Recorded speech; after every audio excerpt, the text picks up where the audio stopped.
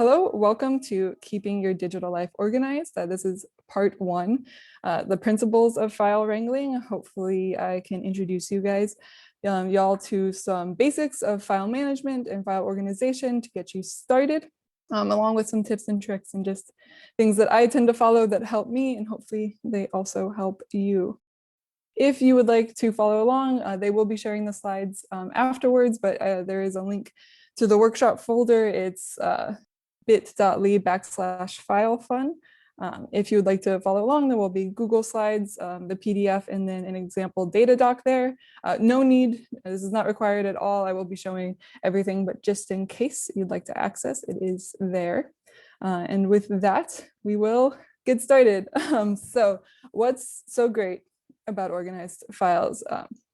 I personally I've timed it, I build it into my schedule. I waste about 5 minutes each morning looking for stuff. I'm sure everyone else has wasted time too, from the, keys, socks, things like that. And the same thing happens with files. And hopefully by keeping our files organized, we can prevent this. We can not waste this time. By keeping our files organized, we can waste less time. We're also less likely to lose important stuff. I've definitely accidentally deleted really important things because they weren't in the folder that I thought they were. I've definitely lost things and found them later. It's like, oh, that's where it was. This would have been useful when I was like applying to that job or presenting that thing 6 months ago. It also makes it easier to share projects. This is maybe not something we think of as much because files tend to be personal, but when you're working on digital projects and sharing files, having them organized in a consistent way makes everything way less confusing for the people you're working with. And all of these things added together mean projects are more streamlined, they go faster, there's less confusion, both for current projects and for future projects. So ultimately, you're just being really nice to your future self with file organization. So let's actually learn how with all these benefits. So first steps is getting oriented. I kind of like to say almost about any project, I like to do most of the thinking at the beginning. I like to think less and less about a project as the time goes on, at least with file organization. So sitting down and thinking about the types of files you'll be working with, how long you need to keep them, how often you'll need to be accessing them, who you're going to be sharing them with. Thinking about all these things as you're getting organized can really help you decide what organizational decisions to make, because there's lots of different choices when we're organizing things, and thinking about those choices before we make them and set them in stone can save a lot of time. This is especially important for a longer term or bigger project. So if you know you're going to be working with these files for more than 6 months, or you're going to be dealing with tons of files at a time, these steps just become even that much more important. So figuring out what you want to do at the beginning is way easier than figuring out what you want to do halfway through, because changing your organizational structure is way harder than coming up with something good at the beginning. So to do this, to orient yourself, I recommend getting something that I like to call a data doc started, or a data document. And what this is just a place to write down how you want to organize your files and how you've been going about organizing your files. It can be really detailed, it can be well formatted, you can spend a lot of time on it. And I've definitely done that before, especially with bigger, more professional projects, but it can also just be basically a digital post-it note where you jot down your choices as you make them. So I recommend doing this data doc at the beginning of the project.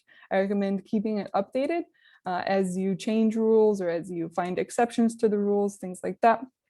And I recommend saving it in the same place as the files you're using it for, just so it's all in one thing. So with that introduced, let me show a sample data doc. So here it is. Please feel free to steal this data doc as a format. Please feel free to also think it's bad if it's not for you, totally up to you. But here we have like a simple example and a little bit more intense example. So this first example, you have the file naming conventions.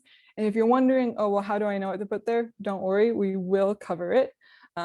But we have file naming conventions and then version control, which is really important to document, especially if you're working on a project with other people.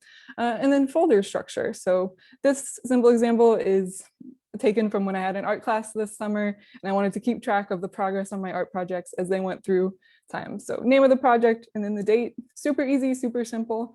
But it also means that if I ever want to go back and look at these pictures of my art, I know exactly what's going on. And then for a little bit more in-depth or larger file project, if you're digitizing a book, say, figuring out the conventions and having them be applicable to lots of different books can be really important. So taking the time to write them down can be useful. So for this, we've got the author name, the title of the book, and then something that I'd like to note is we have front cover, back cover, and then these page numbers. Usually when I'm naming a file, I like to think about how it's going to be sorted because you want to be able to look at them and know what's going on. So with this, it's really easy because it's going to be sorted all the same until you get to the page number. So it will be in order of page number. But these exceptions, front cover and back cover, are going to be sorted a little differently, which may be annoying or may not be, depending. So if you want the front cover at the beginning, changing it to the front cover just being the letter A and the back cover just being the letter Z or something like that may be useful for how they're sorted in your folder GUI. Something to think about, and writing it down can help you figure that out as you go along.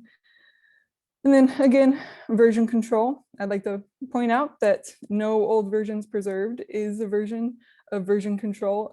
Getting rid of old stuff is a way to manage old stuff. And then we have some folder structure examples. And again, this is great because I don't know about y'all, but I'm definitely not the same person I was 3 months ago, for better or worse, in terms of how I organize stuff. And by writing down what I'm thinking, I can come back to this. And I may think that it was not a smart decision the way I chose to do it, but at least I'll know what the decision I made was. So I love writing stuff down. And again, it doesn't have to be super official. It is annoying a little to write all this stuff, but I recommend getting good at copying and pasting, maybe a little Sublime text. I'll plug that and talk about that in the second to go around of this. But here's a data doc. Again, feel free to take and use this as much as you would or would not like to do. So there we go. That's the data doc. Now we've got ourselves oriented. We kind of know what's going on. We've created a little space for ourselves to write stuff down. Now we have to make up rules to put in our rule book, which is my favorite part. I'm a Virgo and I love making up rules, especially for myself. So file naming conventions. Ultimately, you can name your files whatever you want, but here are some basic principles and rules that will kind of maybe save you some headaches down the line. The first one is maybe obvious, but also maybe not. Making sure the names are descriptive. And this can be a fine line to walk because you can describe a file as much as, infinitely, right? But choosing a few key features about the files you're working with, whether that be the date or the project name, where the file took place, the file type, things like that, and sticking with those descriptors can be a really great way to keep files uniquely named, but also consistent. So it's really easy to tell what's in a file based just off the name. And speaking of consistency, this is the one point I'll probably harp on this whole thing. It's really, really important to be consistent. And so whatever rule you make up for yourself, sticking to it is the best way to go. And the way I think about it is I have a little bowl on my counter for my keys. I don't always remember specifically putting my keys in that bowl, but I know that I usually put my keys in that bowl. So it's the first place to look, right? So even if you aren't totally sure you've named a document a certain way, knowing your rules and what you usually stick with can make it a little bit easier to guess if you ever have to. If you have a data doc, guessing won't be, quite as big of a deal, but consistency can also help with stuff like that, especially if you're coming back to the project, a little bit later and you've forgotten exactly what you've done. And here are some formal rules, like actual official ones, just to make the names a little bit easier to work with across systems and across people. First is avoid special characters and spaces. And this is a rule that I may not always follow, but it's really, really important, especially if you plan on working with these files using like the command line or terminal, or you want to work with them in a more scripted, like programming scripted way. Special characters and spaces can really throw computers for a loop. So by avoiding those, you're setting yourself up for success later on down the line if you have to work with them in a little bit more programmatic way. But that being said, special characters and spaces appear in our file names because they make the files readable, right? It's really hard to read a bunch of words just mushed together. So in order to combat that, I recommend using underscores or camel case to make the file names more readable. I usually, instead of a space, I'll use an underscore. Or camel case is where you capitalize every single word and it makes humps like a camel. I think it's kind of cute. So both of those techniques used either separately or together can make things more readable if you need them to be. Then this is my favorite one, and maybe I don't know what that says about me, but stick to a date format. I love dates. I put dates in almost all of my personal file names, and I love them, especially ISO 8601. This is the international standard for formatting dates. It's the year, month, and date. The great thing about this standard is, one, it's universal. So if people don't know what it is, you can send them a link and it will explain it. So that link is there. And also the other great thing is this will automatically sort your files chronologically in both Windows and Mac folder systems. So if you sort just by the name of the file and it has this in date either at the beginning or at the end and everything else about the name is the same, it'll be chronological. So that's also really, really nifty and fun.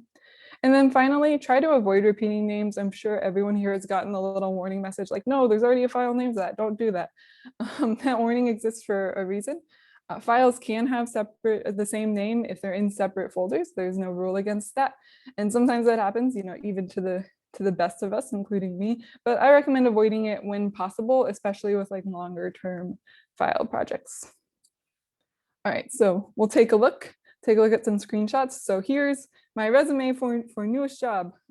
The issue with this file name is, what if I forget what job this was for? So it's like maybe from a year ago. It's like, oh, which job was that? I was applying to a bunch. Doesn't have a date on it. I don't know what type of file it is because there's no file extension. I can guess it's a text document from the picture, but it's not the most descriptive. We have spaces and there's no way to sort it if I want to put it with other resumes that I've written. So something better would be either of these or a bunch of different other things, right? It's totally up to you and it's what works best for you. But here are some two options that may work a little bit better. The first is just super simple. It's CV and then the date it was for. You don't always have to include the date. So this is for August of 2022. And I'll know, when this was from, and super easy. And this could be a general CV. If you're tailoring your resumes to a specific job, you can also add in the title of the job here. You'll know exactly which company or place you're applying for this was for. So you can have two different levels of description and they both work. They both allow you to see what version of this document it is with the date. Date is a great way to version control, and both are descriptive enough that you know what to expect when you click into it. And they both have the file extension, which I highly recommend including when possible, just to give you a sense of what you're looking at when you open up the document. All right, so I mentioned dates are a method of version control, and that's definitely true. They're my favorite version personally. If I have three options and one of them is date, I'm choosing date as version control, but that's just my personal preference. As I'm sure everyone here has experienced, if you've ever written a paper for school, version control can be really tricky. It's really easy to just tack stuff onto the end of files as they get updated. And that can quickly become overwhelming. Your file names can get long. And my personal pet peeve, if you're just tacking stuff onto the end, it's not always going to sort them in your folder in a really easy to understand way. So here are some basic rules for version control. Whatever your rule is, the first rule is put the rules in the data doc. A rule about rules, my favorite. But putting your version control rules in the data doc and writing down what it is can really help you be consistent. And again, it's more important to be consistent than be right, especially with version control stuff. And then also thinking about what warrants a new version. It can be really tempting to save every little change as a new version. And sometimes that may be the right choice for your project, but sometimes it can also mean you have a lot of different things saved in one folder. So my rule of thumb when thinking about whether this should be a new version, a whole separate document, is this different enough for somebody besides me to notice? So if I gave like version 1 to somebody to look over and they gave me feedback, would I be able to hand this new version to them and they'd be able to give me more or different feedback? So that's my personal rule, but it depends on the project. It depends on you. But that's a good rule of thumb. And then finally, for just keeping stuff neat and tidy, you should think about how long old versions should be kept. And this totally depends on the project. There are some situations where you want to keep every single version that's ever existed of a digital item. And there are some times when you only care about the most recent version, like the old versions were thrown away and we don't need to keep them. And that's totally fine as well. Like I mentioned, getting rid of old stuff is definitely a valid way of managing old stuff. And then some more points, but small tips about keeping stuff clean if you follow those rules. The first one is take advantage of version controls built into the software you're using. Both Microsoft SharePoint and the Docs and Google Docs offer version control. I will quickly demonstrate that in Google Docs just in case. So if you've ever been in Google Docs, you can go to File, Version History, and see the version history, and you can see how things have been changed, which is really useful, especially if you want to go back and see older versions. It's like if you don't like the new version, you can go back. This recently came in handy when I organized a little competition that involved people submitting things to a Google spreadsheet. And I was able to go into the version history and see one who submitted their things on time. And I was also able to see that someone had changed my entry. So I also got to catch someone cheating. So version control is really important, and many, especially text document softwares, offer you version control tools. So definitely see if you have that built in. If you don't have it built in, or you're dealing with a lot of files, or you're dealing with a folder, something like that where it's not just super easy, I recommend having something like this version table or a footnote at the bottom of the document that indicates what version something is, the date it was last edited, and who edited it. So here's a really simple version control table. This can go in the data doc too. Like the data doc's kind of a dumping ground for a lot of stuff. It hides some messiness because you can put anything you want in there. So having something like this, you could have also seen this as like a header or a footer on a document, especially if it's a living document that gets updated frequently and you don't care about the old versions, but you do want to know how up to date a file is. Like let's say it's best practices for your organization, or it's the most recent manual for something. Having a little header or footer that says date edited, and then the people edited can, one, give you a really quick way to see how recent something is, and also lets you know who to ask if something is different or has been changed. So keeping a written record of version and editing can help just keep stuff neat and tidy. And it's really not too time consuming, especially if you're stuck between this type of work or figuring out what version is the best or most recent, which is way more frustrating and time consuming work. So here we have some questionable version control. And again, I've definitely had folders, especially like midterms final season. I've had things look like this. It's totally fine.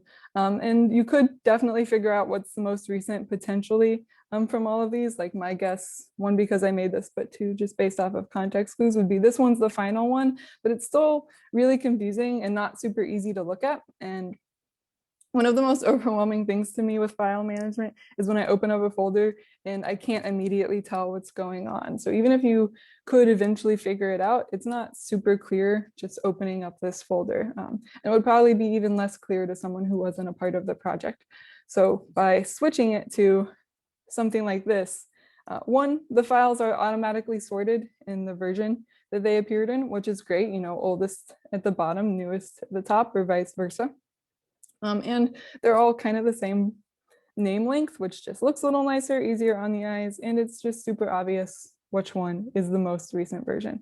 So it's totally allowed to have, 2-0, 2-1. You can build those into your versioning conventions if you want, but sticking to them leads to a folder that looks a lot nicer, is easier to manage, and also easier to share with other people without having to do a bunch of explaining or being like, the final one is the final one, not just the one final, stuff like that.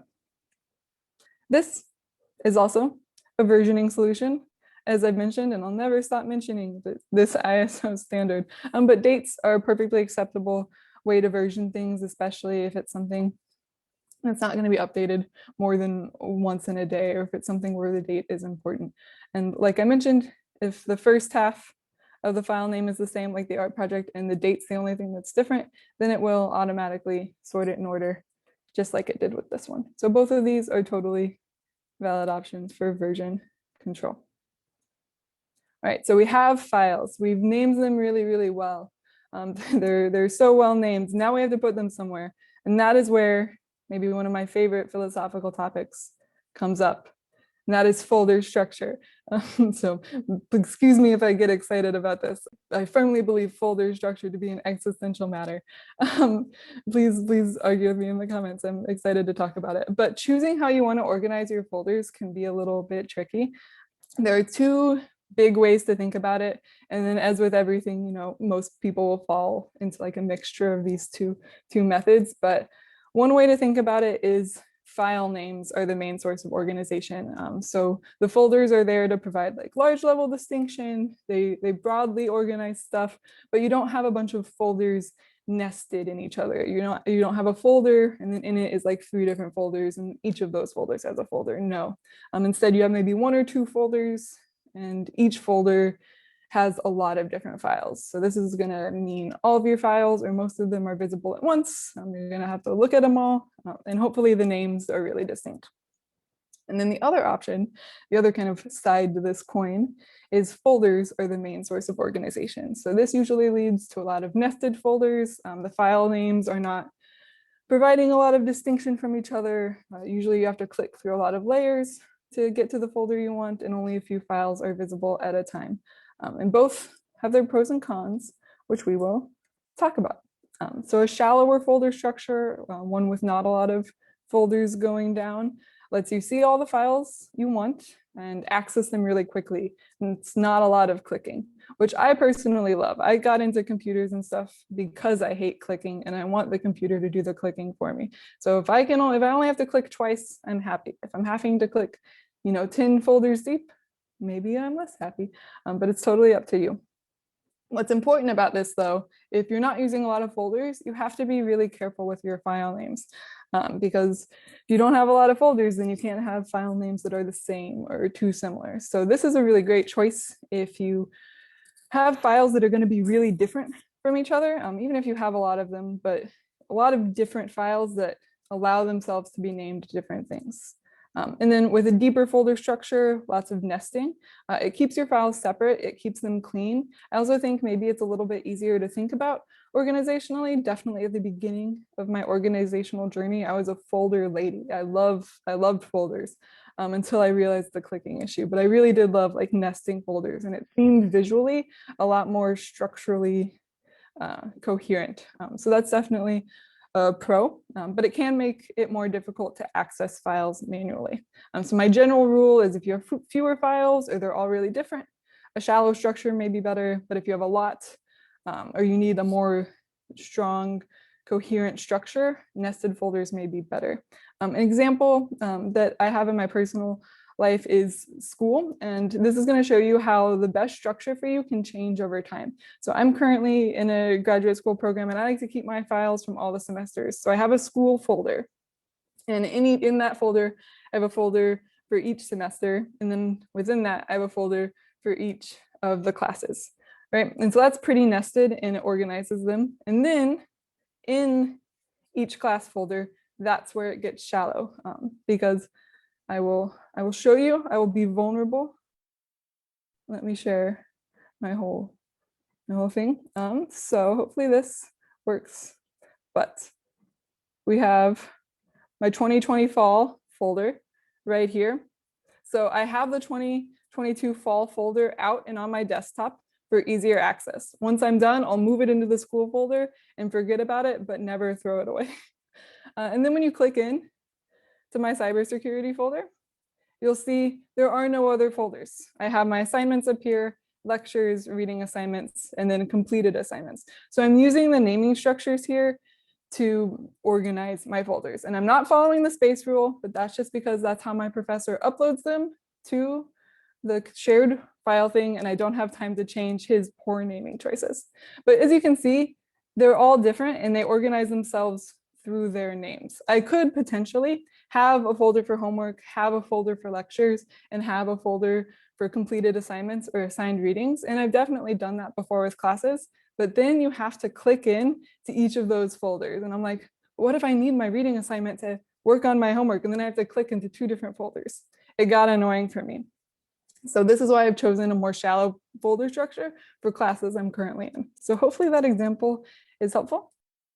But these are things to think about And again, you can change them as you go on, but taking the time to write out the folder structure in your data document and then being consistent will save you a lot of time. And if you're ever not sure, because maybe I've made a big deal about this in my head, but I always am like, oh no, I hope I'm choosing the right folder structure. These are the things I ask myself when facing this very, very important decision. One is, what type of path do I want to create? The folders and the file names work together. They're like little breadcrumbs that guide you down this road of document hiding that you've created for yourself. So think about what type of breadcrumbs you'll need to navigate the paths you've created for yourself, which maybe, it's a little, you got to know yourself a little bit with this. And then also, what matters more, ease of access or long-term organization? And again, as a project shifts, those priorities may shift. With classes I'm currently in, I need to access it easy. With classes I'm no longer in, I just want it long-term stored and organized. So I make different choices for those.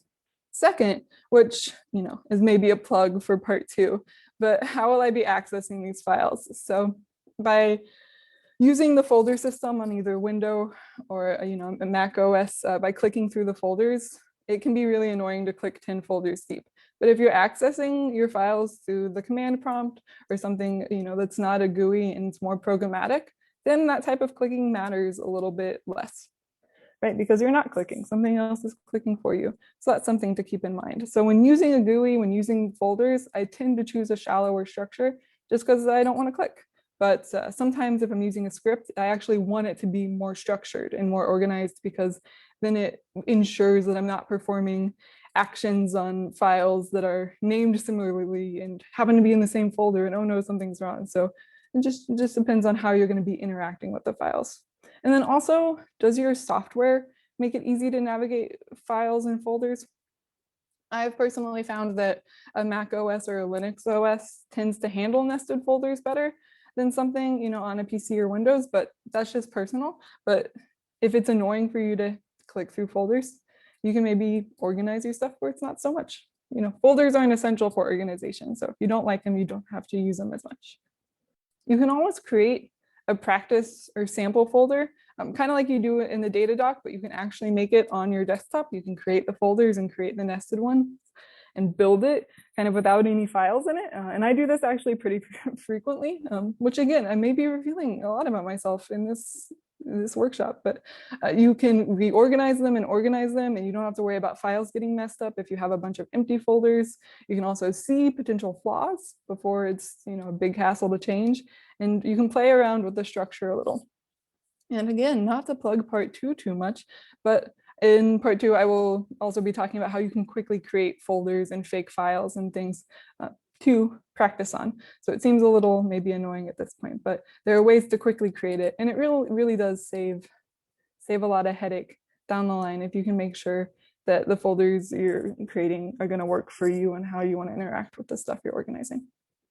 So let's take a look. This is a less nested folder structure. And we have the file path up here, PC, file management, and then just one folder where everything's in it. And you can see this is fine that all of these different projects are in one folder, because the way I'm naming them, self-portrait, snow day, still life, are all different. There's no way they're going to get confused because the names are all different, and that's what I've chosen. And this way I'm versioning with dates. I can easily access it. They're all organized together because of how the folder structure sorts things. It makes it pretty easy to see. Versus something like this. So you'll see this is a more nested folder structure. You can see it goes like too deep, like maybe I have fall art, summer art, winter art. I want to see how I change through the seasons, something like that. And then we have chicken art, self-portrait, still life. All the projects are their own folder. And when you do this, you don't need to worry about file names being super specific.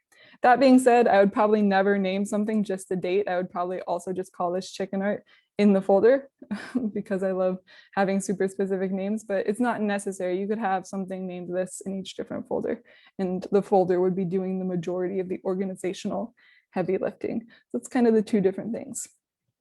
This is like a little side note. As you can see with these nested folder structures, it can be really easy to end up with a file path that's really long, right?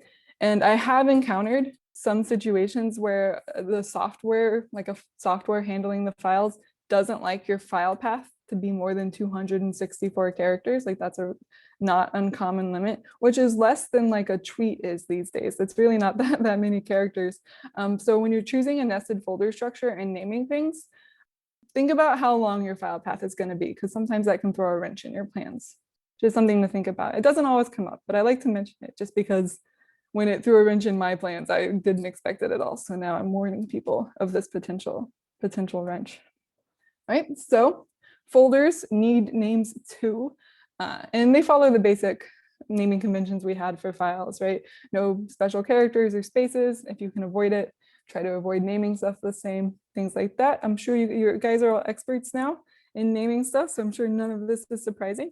But I'd like to mention folders can be more broadly named than files because they're not, storing individual items. They can be a little less descriptive, but you still need to describe them and consider how they relate to each other. Again, these names are creating paths for us to follow. So think about what type of path you want to set up for yourself. What stepping stones do you need to drop to make sure you can get where you're going in this file, journey we're creating for ourselves. But the conventions, you've got file naming down. I bet you've got folder naming down too.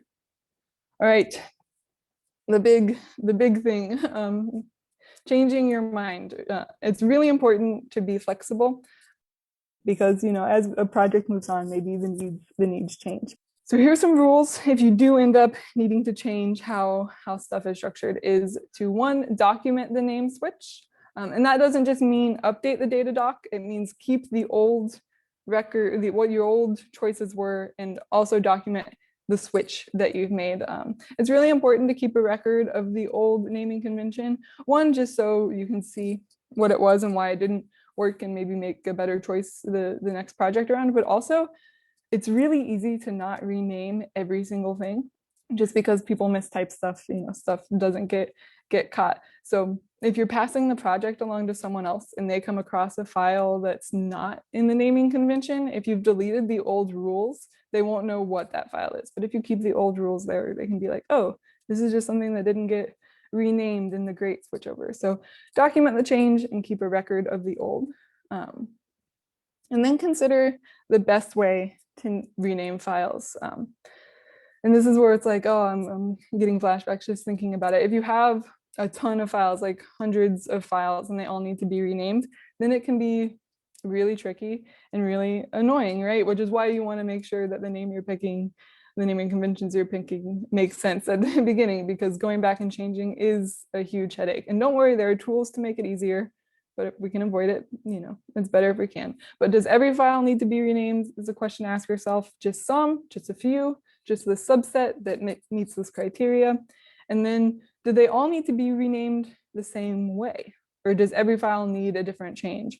And these questions will all kind of affect the tools that you want to use when renaming. So let's talk about some of those tools. First, in Windows, and this is just me personally, but I find renaming in a Windows system a little bit trickier because they haven't built in as many tools, but there are still tools. You just have to find them, outside of the folder system. But renaming individual files, you can right click and choose rename. You can double click and this will pop up. It'll allow you to retype, renaming a file. One thing I want to point out that is different between Windows and like a Mac or Linux OS is, as you can see here, when you click to rename, it allows you, it automatically highlights the file extension, which is a warning because I have accidentally changed the file extension or messed with it a little bit. So just watch out and make sure to not change the file extension, especially if you want that to be visible, a part of your naming convention. So that's something that Windows does a little different than Mac, but pretty easy to change individual file names on Windows. They don't put too many barriers there. The real headache comes, and maybe y'all have encountered this, but batch renaming or renaming multiple files in Windows can be a little bit tricky and maybe isn't super intuitive. So if you select all the files that you want to rename and then choose the rename option for them, it will rename all the files to whatever you call it, but they all get the same name as shown here. So I renamed all these files here to rename. And what it did was it put little different versions in numbers parenthetical. So that's automatically done by Windows. So you can't batch rename in a consistent way. You can only rename everything to the same thing with a little number version, which is kind of annoying, especially if you don't want everything named the same thing in your folder, which, you know, I don't think most people do a majority of the time. So instead, here are some tools I recommend if you find yourself in a batch renaming conundrum and you're using Windows. There are two tools that I think work well and are free. Rename It and Bulk Rename Utility. And again, these slides will be shared, so you don't have to worry about finding the link. They are linked here in the slides. So both of those work really well. Another thing I really recommend is using command prompt, and we will be going over that in part 2. But command prompt, especially on Windows, really reopens like a whole new level of file management. You can move files all at once, you can rename them all at once, you can delete them, you can copy them, then delete them. It's really, really quite the toolbox to have. So if you're comfortable with it, I highly recommend command prompt for batch dealing with files, especially in a Windows system. And if you're worried, which is I'm worried about doing command prompt because it doesn't give you warnings like working in the folder system does. Like no one's going to tell you you're doing anything wrong. So I mentioned before creating like a dummy folder system. Using that and filling it with fake files and practicing your command prompts in this fake folder system can, one, help you practice and get more comfortable, and you can see if it's doing what you want. So that's another reason to create like a fake practice folder system. You get to practice in it. But these tools also work really well if the command prompt isn't something you're totally comfortable with yet. Now in Mac OS, it tends to be a little bit easier. You can rename individual files just like you can with Windows. But as you can see, when you're renaming, it automatically doesn't highlight the file extension, which I find to be a nice touch. But you can rename individually by force clicking or control clicking, both options. Something that's really nice though is you can batch rename a little bit easier in this system. So you can select all the things you want and try to rename them all at once, and you'll get this little thing. So I'm going to demonstrate that very quickly. So let's see, I have my folder here, my sample files. Let's say I want to rename all these self-portraits. I'm highlighting all of them. I'm control clicking, going to rename. And then this little thing pops up, and it's really great. So you can rename them all with a custom format with a name and index, a name and counter, right? And you can say how many numbers you want, things like that. And if you click rename, it will rename them all and then automatically number them for you. So they're not all just renamed as the same thing. You can also rename by replacing text, right? So if I want to replace self-portrait with selfie, I can do that right here, and it will do it. So these little tools can make it a little easier. Something I also really like is if I press Command Z, it undoes it. So that is, they do help you out a little bit in this system. So definitely play around with that and practice with it, because it can be pretty powerful. And here we have some more screenshots. So if you don't have a Mac or you're not able to look at it, definitely come back and refer to these because they can be really, really helpful. And then if you don't like that, or you need to batch rename in a more finicky or controlled way, Ant Renamer is something that I personally find to be great. If you click that link, you'll see it looks like something that is free, but I find it works really well, and it's open source, which is great. And just like Windows has command prompt, there's also terminal on Mac OS, which exactly the same as command prompt, lets you dive below the picture of folders and manipulate the files directly, so you can do a lot more. And if that's something that's interesting to you, come back in November, but it's really useful, especially if you need to do stuff fast or you're interested in integrating programming or scripting into your file management. And then before we head out, I'd like to make a note about file formats. This maybe isn't something everyone's concerned about, but it is important to know that different file formats can stand the test of time a little bit better than others. So if you're interested in preserving your documents or being able to come back to your digital items later on, Thinking about the file format and how you're saving them can go a really long way. No one wants to be the person who has to go to like the archival, like computer, reserve it in YPL and pull up like the special text editor that doesn't exist anymore just to access like your old documents. Maybe you do want to be that because it's a pretty cool space. But for text files, PDF, TXT, and ODF are generally preferred. If you like Microsoft, saving as the docx or the XLSX makes it easier to share and convert. Another thing about these file formats, like PDF, TXT, CSV, is anyone can open them. They're not proprietary like the Microsoft formats are. So thinking about this, especially if you're working on a project that you have to share with other people, can really go a long way in being considerate. With digital images, everyone knows, maybe not, I don't know, but TIFF is generally considered, a more archival standard. But if you're just saving personal files, JPEG, JPEG2, and PNG are all really great options, especially if you don't have the space to store, like 100 TIFF files. So something to think about. And then finally, hanging onto your files, talking a little bit more about keeping our files in mind in the long term. It's the easiest 3-2-1, not as catchy as the 1-2-3 song, but equally as fun.